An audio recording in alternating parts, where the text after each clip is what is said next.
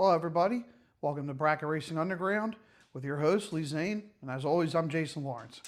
So this is be episode 4 coming at you. We're going to be talking to Rich from ARC. And this is going to be a 2-part episode. So this is going to be episode 4, part 1. We're going to get into the ARC side, which is the switch panels, the relay boards, some of the other things that ARC has to offer. And then part 2 to this episode will be the Brown Miller hoses, and Rich does wires cars himself as well. So like I said, this will be a 2-part episode. Sit back and enjoy.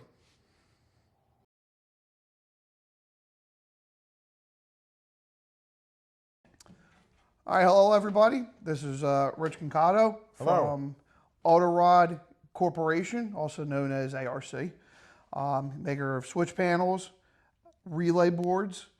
He does the Brown Miller hoses, and he also wires cars as well. They also have a lot of components for wiring cars. He's going to show you the system that we have in the Duster. Lee also has this in his Apollo, and this will be also going in the Camaro this off season because that car is a mess. So this is going to clean it up a lot. So he's got a lot of cool stuff. He's going to show you some of the stuff he has. We will give you the booth number. So if you are at PRI this coming year, we are booth 1436, our normal booth, right. I guess it's right in front of Machinery Row. Okay. So you walk out of our booth and you walk right next to DART is right next to our World Products, I think it is, and then it's Machinery Row. So okay, and at this video in the comment section, I'm going to have a link to the website, so you can go and check out the stuff. They got a catalog on there. It's got his number.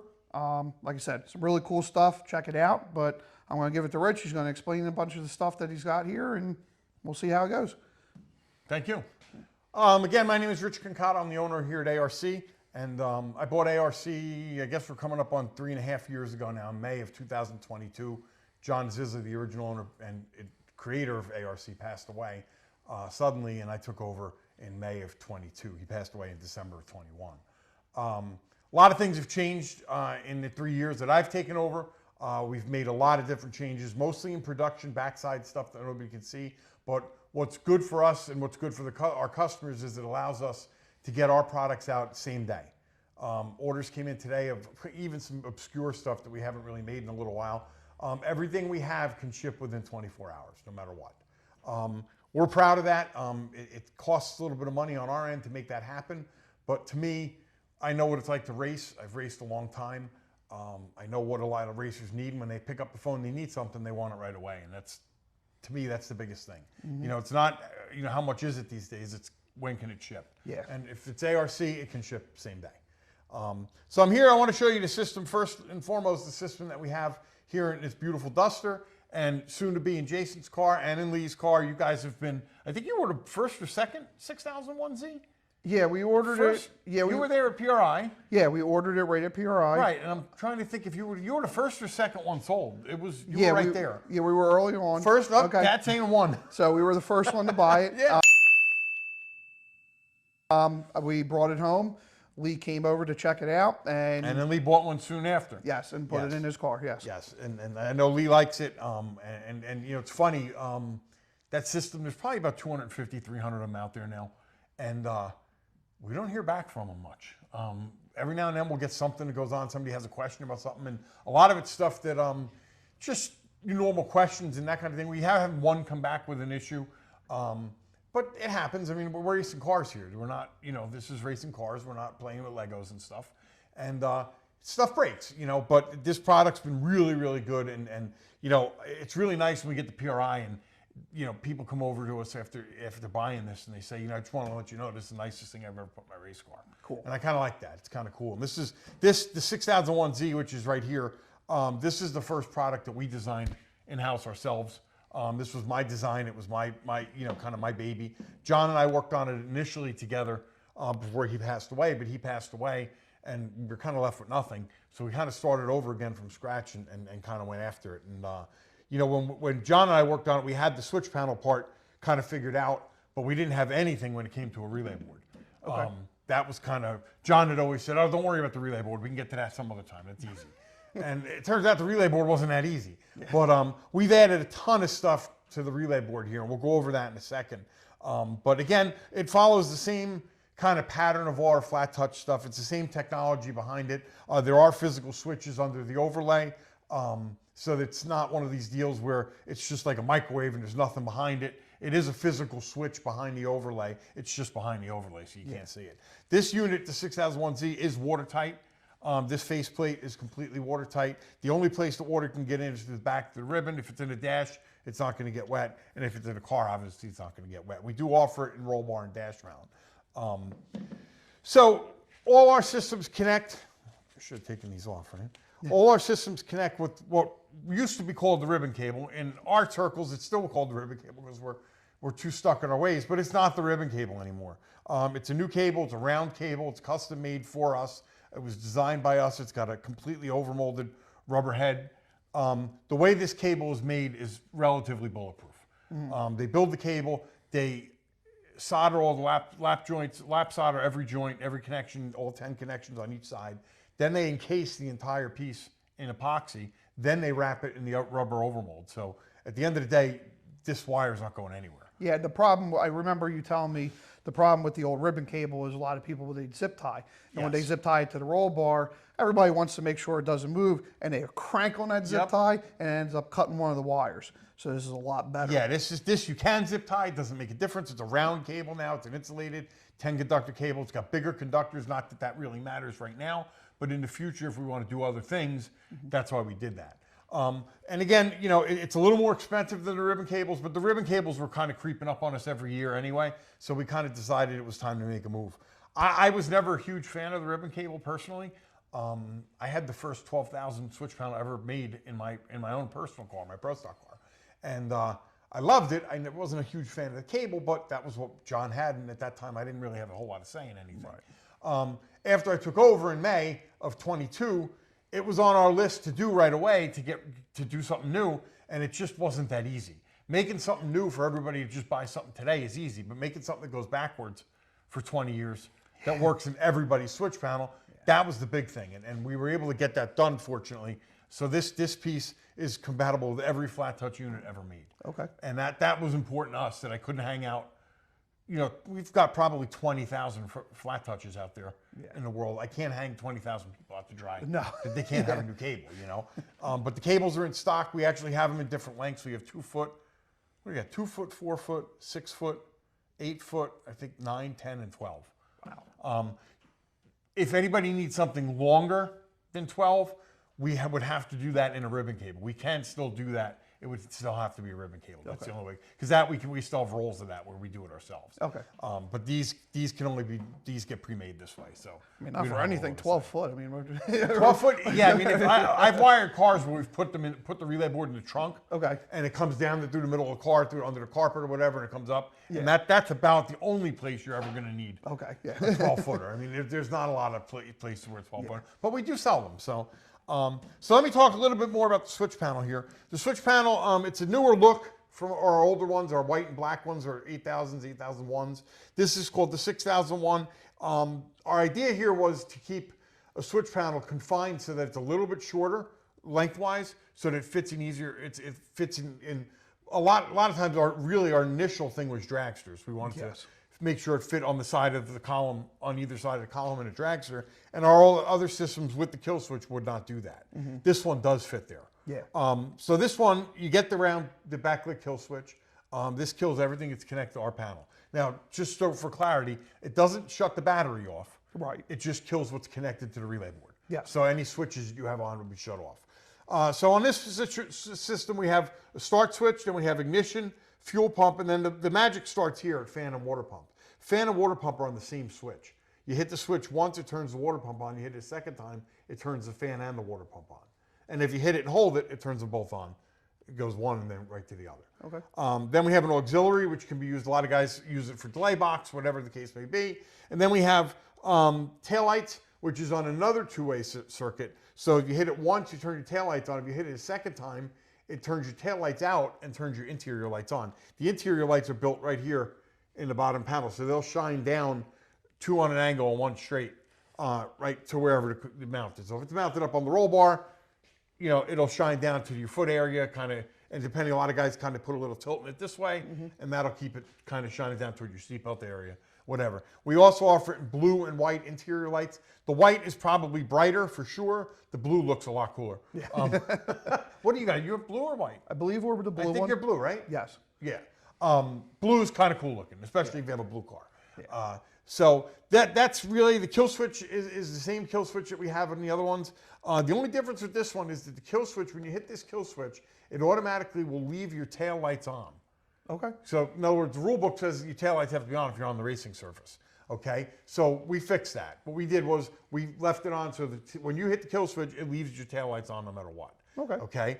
The other thing this system does is if you have your data logger, i.e. race pack, whatever it could be, your data logger can be wired into a separate circuit, which we'll go over, that stays on for an additional 6 seconds after you hit the ignition off. So you hit the kill switch or ignition off, it leaves the computer on for 6 more seconds to finish the download. Perfect. Once it's done with the download, then it shuts off, and then you're good to go. Then you have your whole run when you're done, not just half of it. Right, and sometimes, I mean, we hate to talk like this and about problems, but sometimes if you do have a catastrophic failure, something of such, where the power has to get killed like that, and then you lose the run, well, now you can't go back and look and see what happened to try to fix the problem so it doesn't happen again. So that was one of the features we really liked when we were told about this for the first time.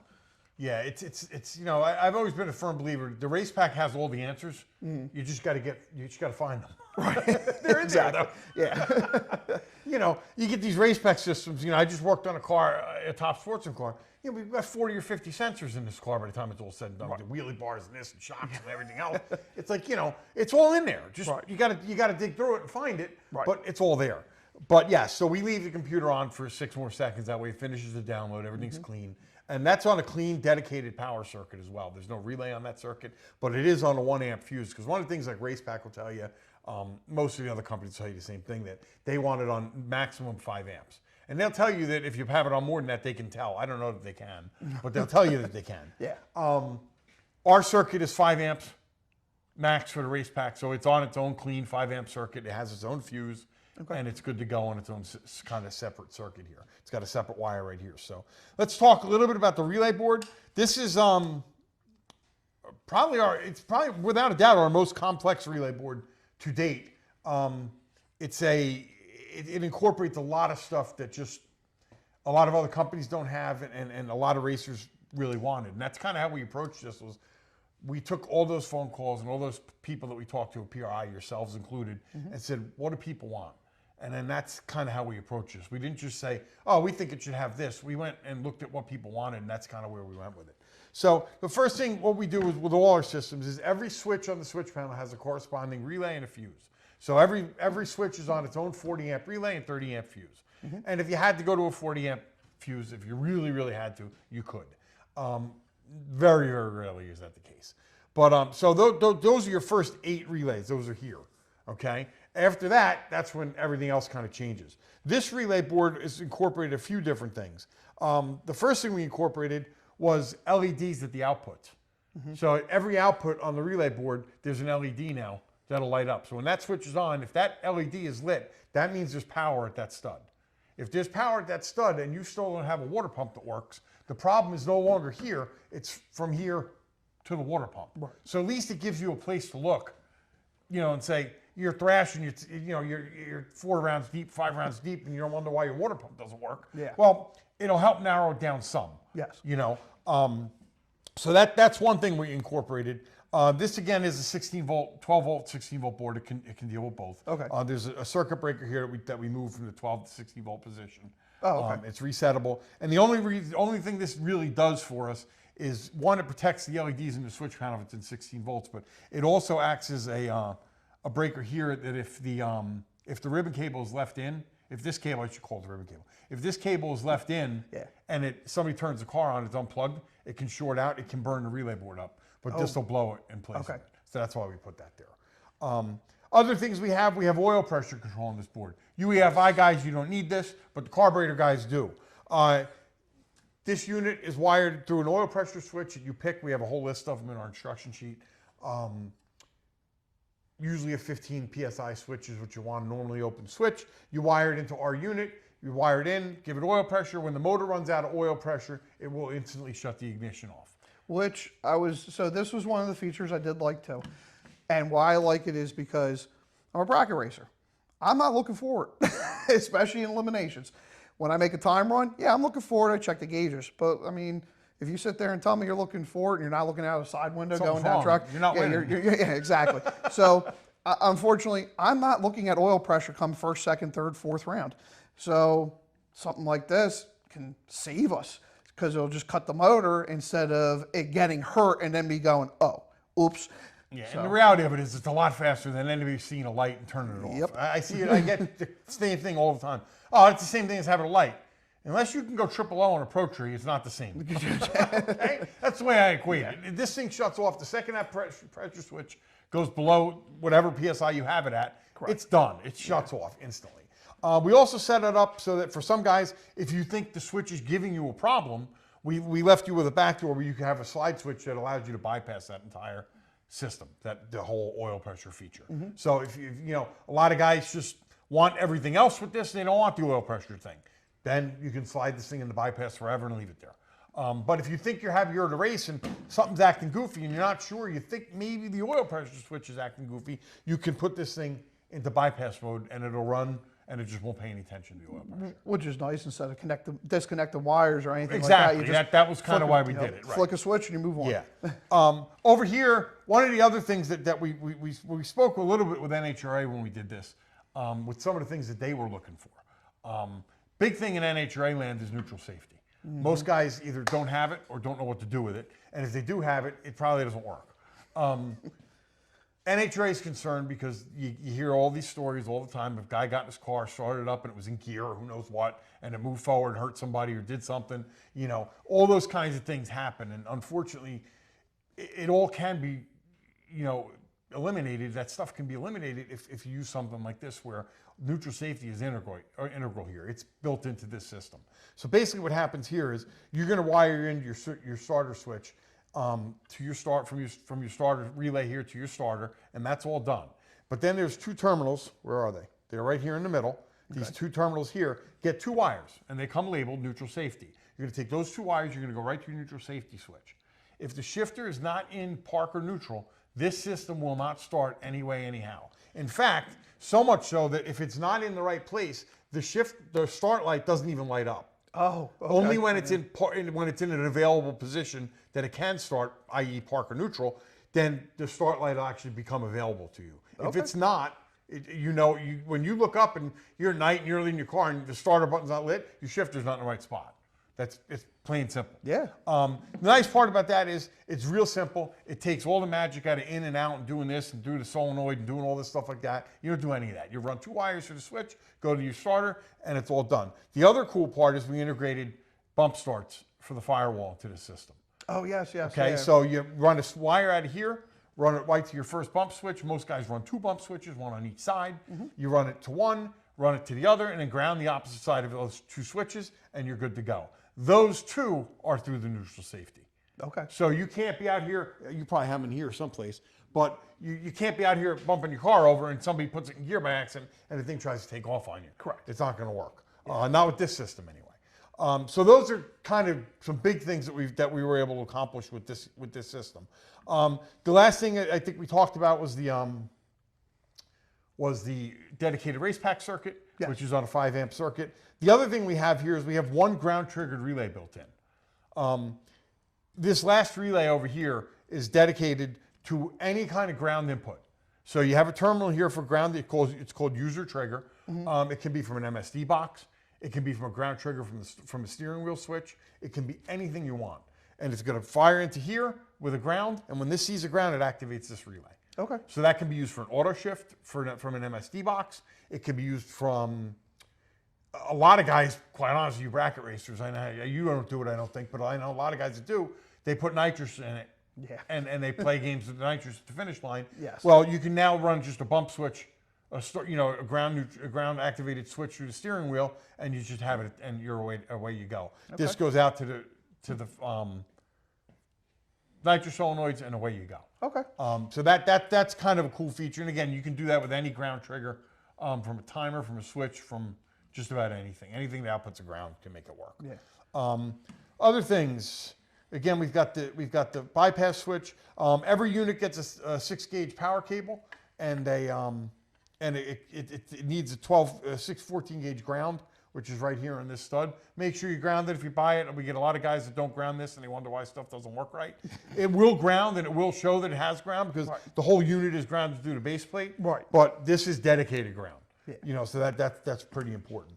Again, with this unit, the ribbon cable, or the new cable, I should say, plugs in right here. And what we did here with this is a little bit different. There's a little, you're not going to see it. There's a little lip on the cable. Do you see that? Yes. Yeah. That locks in here. So you can't pull this cable straight out now.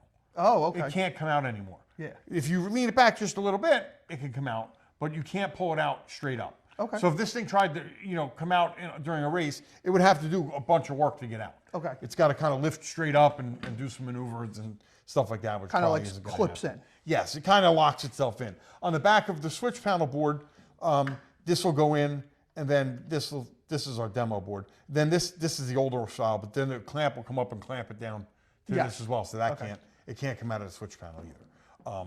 So that was a big thing we started with our other flat touch stuff years ago, was putting a clamp system in, and we had to have that here as well. This is a roll bar mount. So basically, this is set up for 3 hose clamps. You can really do it with 2. Just run a hose clamp through the 2 slots, right to your roll bar, and away you go. The dash mounts have holes, 1, 2, 3, 4, and then you can just screw that into any kind of flat surface.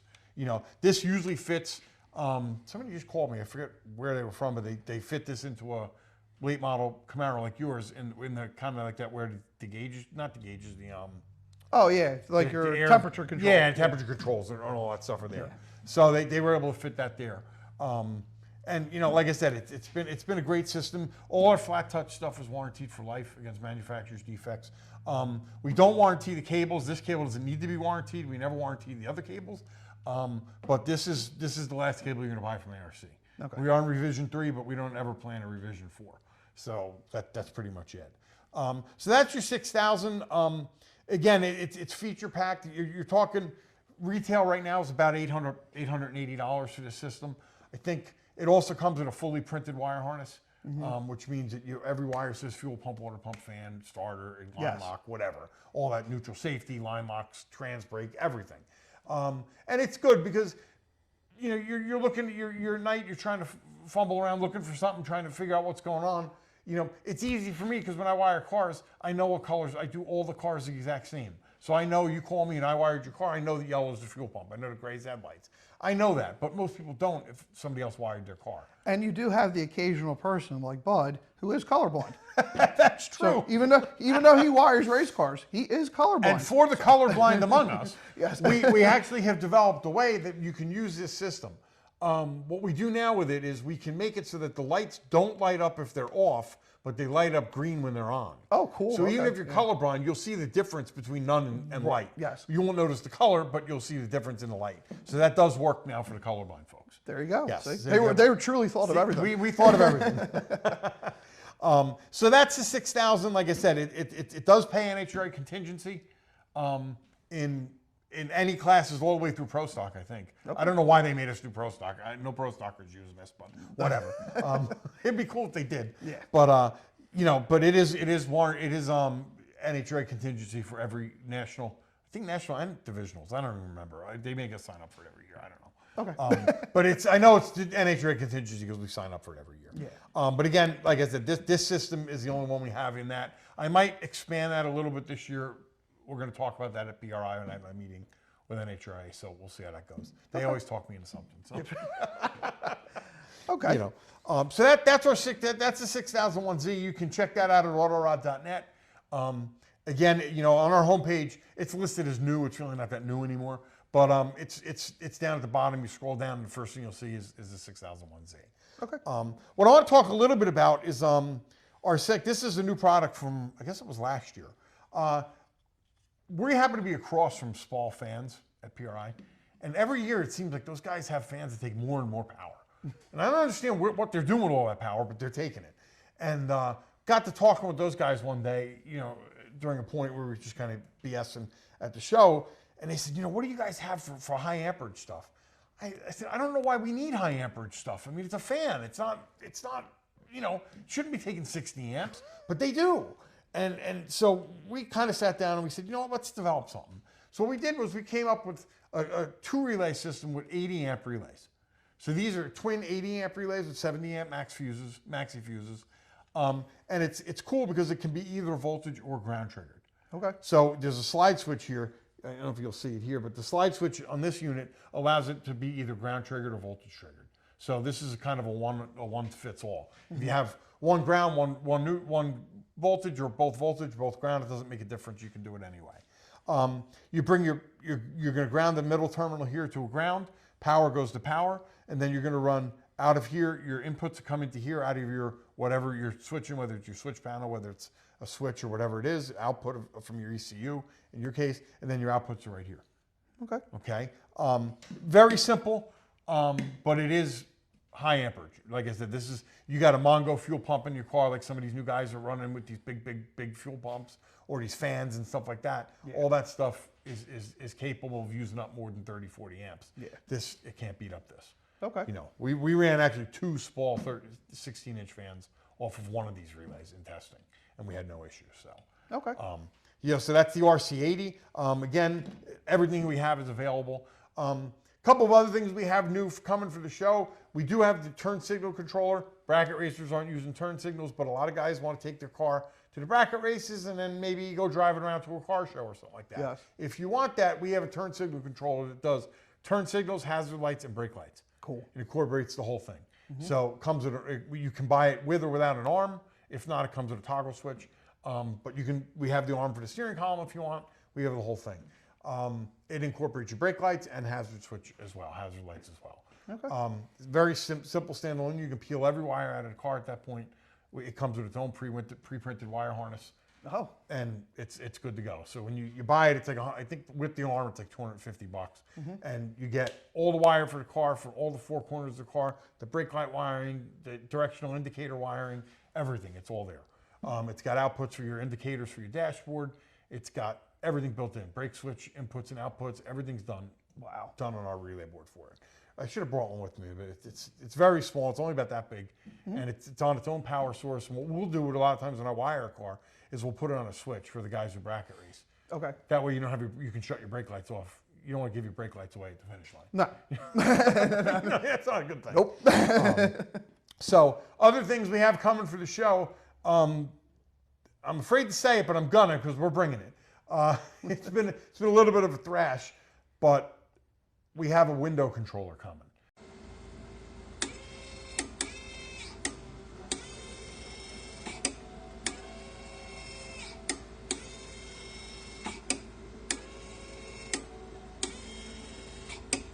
Okay. For years and years now at PRI, we get the question, what do you guys have for power windows? We don't have anything for power windows. We do now. It looks very similar to one of our flat touch units, except it's really small. It has 2 switches, and it's just an up and down. Up is up top and down is bottom, and it opens and closes. It can open and close headlights, exhaust cutouts. It can do, it can do window motors, any kind of thing that can go up and down. It can handle. Yes. And it's 40 amps a piece on every side, so it's good. We may have a 4-circuit window controller coming. We'll see how this one goes at PRI. If it takes off and people really like it, there are cars out there that could use 4. Okay. So we could do it pretty easily. So it might be something that we consider doing. Nice. We also have in more or less of a demo mode right now. I'm not sure if this is the final version of it. We have for the 8000 only right now, which is not this relay board. It's a smaller one. We have a cover for it. A lot of people have asked us about the cover thing. We've always kind of shied away from it. There's issues with covers. They generate heat. They lock in heat. There's stuff like that. So we were kind of always a little bit hesitant to do something with a cover. We're going to try it. We've got one cooking at the shop now for almost 6 days, I think it's been on, and it doesn't shut off. And it's not generating any heat that we're worried about, so it's good. Okay. We've built, I should have brought them with me, but it's just a square black cover. It's anodized, it's in laser powder coated with a laser engraved ARC on the top. Okay. And it's got some air pockets. It's got some air travel in it. In other words, we got like a cutout of ARC in the sides. We've got a strip on each side so that air can kind of pass through it. But the top is covered. So if something would hit the top, Right. water, i.e. water, a lot of like the mud guys want that kind of stuff. Okay, yeah. If it'll stop a lot of what's going on. Wires still have to come out of the relay board. So there's always going to be places for stuff to get in. Yeah. But it does limit it dramatically. Correct. So that'll be at the show as well. That may turn into a whole line of covers if it's well received. Then we could just go ahead and create covers for the rest of our stuff as well. That's something we're working on. That too will be backwards compatible.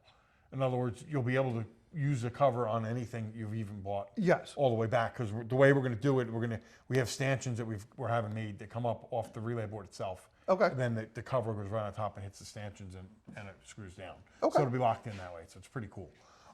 So like I said, we'll see how that gets received this week or next week, whenever it is. Yeah. If it's good, then you'll see it pretty soon, But we have them, like I said, we have a couple with us now, and it's kind of like we always bring new products to PRI, and then we kind of bring, I don't want to say they're prototypes, but they're kind of just to feel the market out. And people say, what is this? And then, oh, that's pretty cool. If a lot of people say it's pretty cool, then we'll go down that rabbit hole a little bit and maybe do something. Yeah. If nobody even looks at it, then that goes to the wayside. We try something different. So that's the ARC thing. Again, we appreciate all our customers. We will be doing I think it's 10% off plus free shipping at PRI. For anybody who buys at PRI, kind of like a normal thing we do every year. I get asked right now if we're doing a Black Friday thing. No, we're not really doing Black Friday, but we are doing a PRI thing. So, all our stuff is available, like I said, at autorod.net. You can go on our website. You can buy just about anything. And like I said, everything ships the same day. All our flat touches stuff is warranted for life against, manufacturing defects or anything like that. And really, our system is nice because our relays are replaceable. And any of our stuff none of our stuff is potted. So when you don't pot stuff, if you have to repair something, it can be done. Where a lot of our competitors pot stuff, and if it's potted, you throw it away when it's done. If something's wrong with it and you don't know what's wrong and you can't fix it, you throw it away because there's nothing, you can't chip the potting away. Right. And a lot of companies will solder their relays into this relay board as well. The issue there is that, okay, you're at a race and a relay goes bad, you're beat. You're not you don't have a soldering on. You probably don't have the relay that fits there anyway. Yeah, exactly. But ours use regular standard 12-volt relays, and you plug them out. You take one out, and they're a little tight to get out, especially the first time. They go in, but it's just a regular CIT cube relay. Unfortunately, they are made in China, but there's not a relay that isn't made in China. So unfortunately, we've tried to find one made someplace else. It doesn't exist. But so that's the ARC thing. You guys have any questions? I know you guys have been, huge supporters of our stuff. Yeah, we appreciate that. Yeah, like I said, we went to PRI. It was a few years back now. We talked to Rich. 3, I think, right? Yes, talked to Rich. Went over this stuff.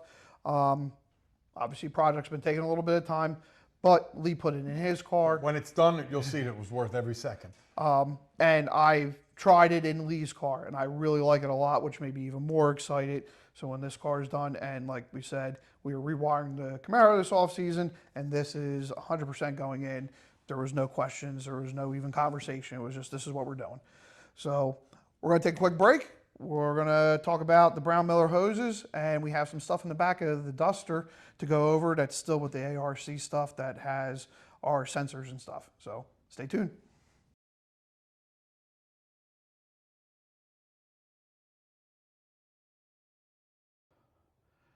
All right, well, that's the end of episode 4, part 1. We're going to, like I said, next Wednesday will be part 2. We're going to get into the Brown Miller hoses and the wiring, and also how he took over the company, ARC, how he got introduced to it and now has acquired it. If you're going to PRI, he will be at booth 1436. If you stop by there, if you see anything you're interested in, tell him that Jason Lawrence, Lee Zane, and Bracket Racing Underground sent you, and he'll take care of you. So stay tuned, and we'll see you next week.